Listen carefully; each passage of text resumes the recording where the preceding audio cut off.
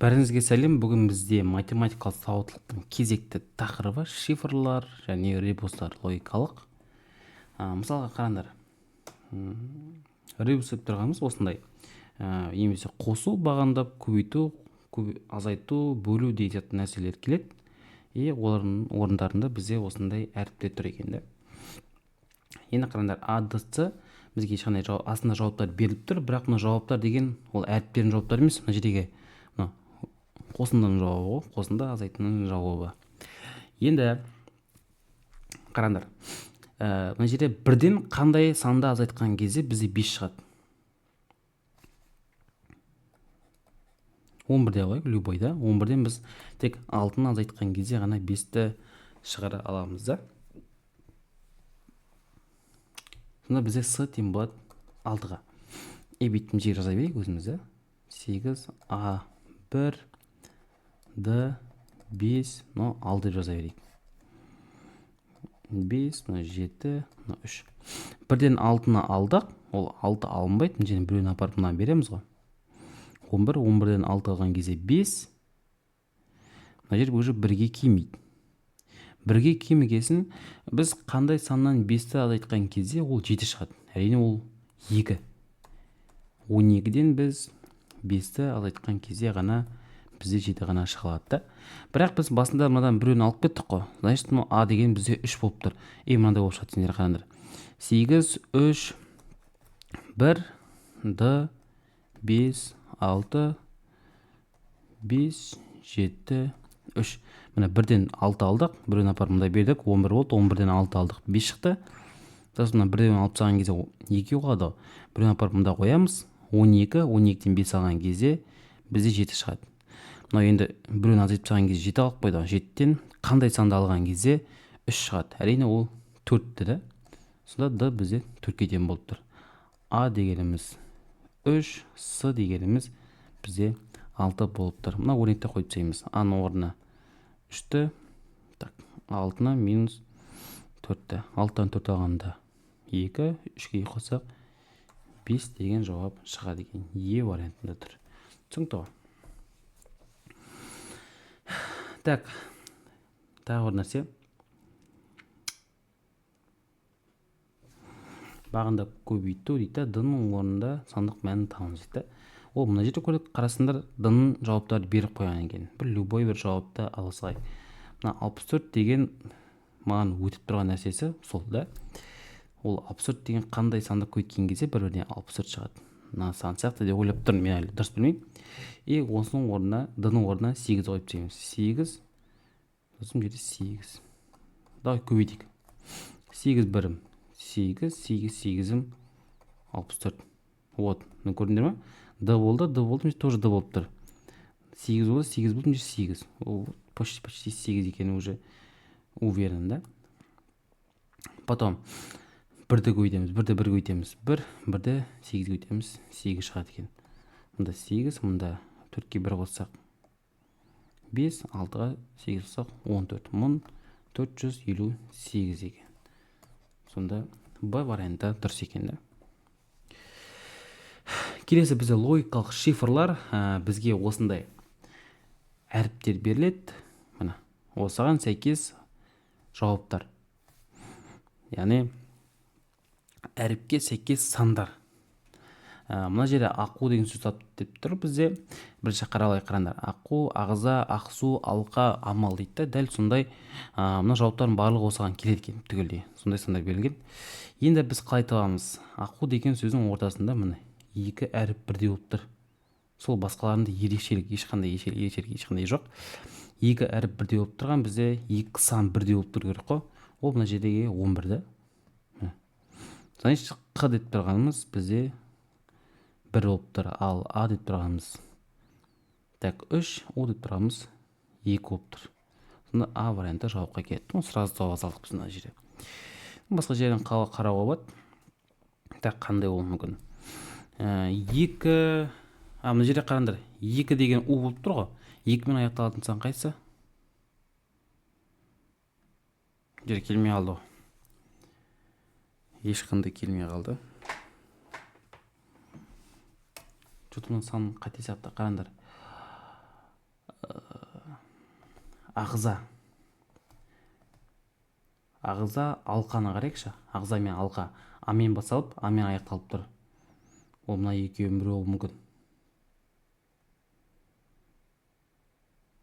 Вот 3-2 63 немесе 3-9 63. 3-9 13 осы екеуінің бірі болуы мүмкін. Ағза мен алқа.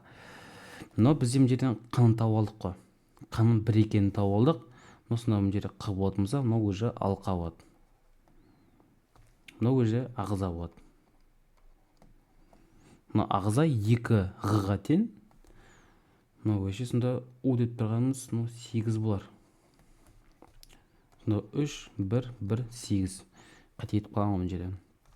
Мынау уже ақ болатын болса, мынау уже ақ су болады. Анау бізде амалды. Вот, осылай келеді. Қатесін тауып алғансың ғой. Азаттық сөзіне төмендегі жауаптардың қайсысы сәйкес келеді дейді. Азаттық біз көріп тұрған ол мына жерде 2-т. Немесе басындағы бірінші әріп бірдей және үшінші әріп бірдей екеуі. Ортасындағы 4-ші әріп пен 5-ші әріп бірдей. Ол қайсысы? Мына жерде мынау болуы мүмкін, 4-ші әріп пен 5-ші әріп бірдей. Мынау болуы мүмкін, 4-ші сан мен 5-ші сан бірдей. Мынау болуы мүмкін. В общем, бәрі болуы мүмкін да, но келмейді. Одан кейін а мен а бірдей. Біріншісі мен үшіншісі. Біріншісі, үшіншісі, біріншісі, үшіншісі. Оны келмейді. Оны тоже келмейді. Вот екеуі қалды. Енді. Мына жерде қараңдар, мына жерде 3-3-ті кетіп қалған. Мына жерде, значит, мына жердегі тоже т болу керек деген сөз ғой. Бірақ ондай бізде жоқ. Сонда бізде жауабы деген болмайды. Мынау болайын тұр ғой.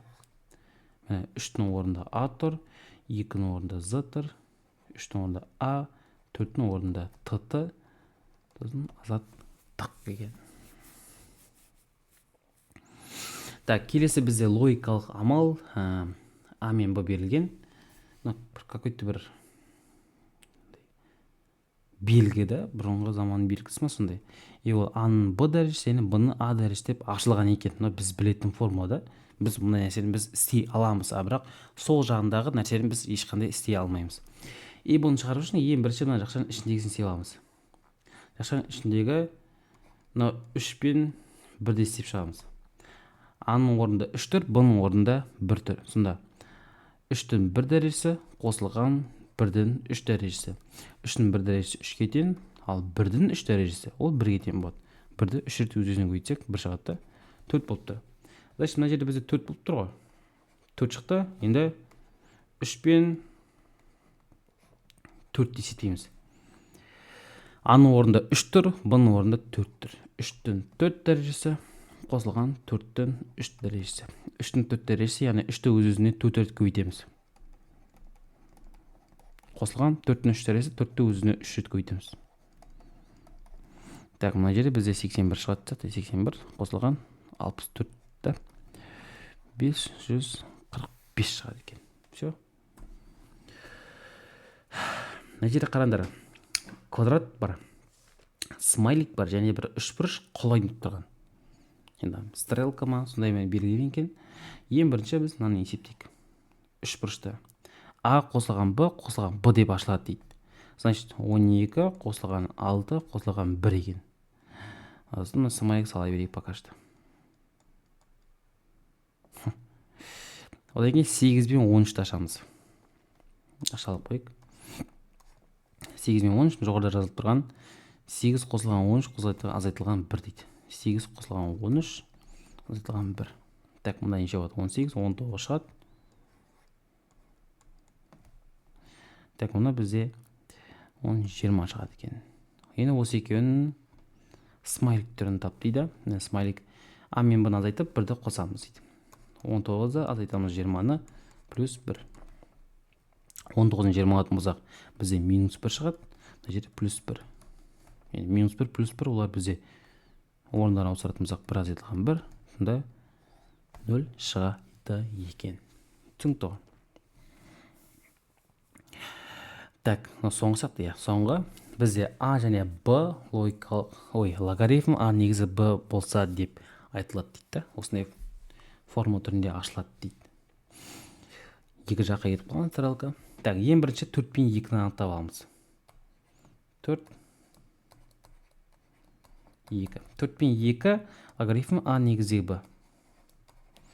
А-ның орнында 4-тір, б-ның орнында 2-тір. Значит, мына жерге 4-ті қоямыз, мына жерге 2-ні қоямыз деген сөз. Тұра берсін. Тиіспей қойып пока что.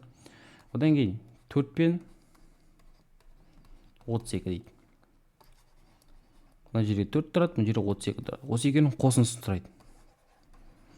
4-те 2 қосылған логарифм 4-те 32.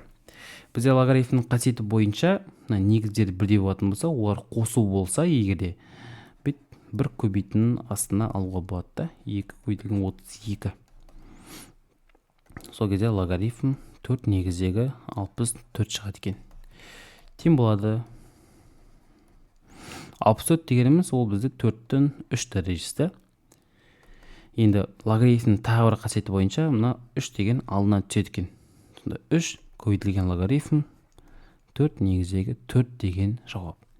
Ал логарифм 4 негізі 4 бізде 1 де береді. Сонда 3 шығады екен.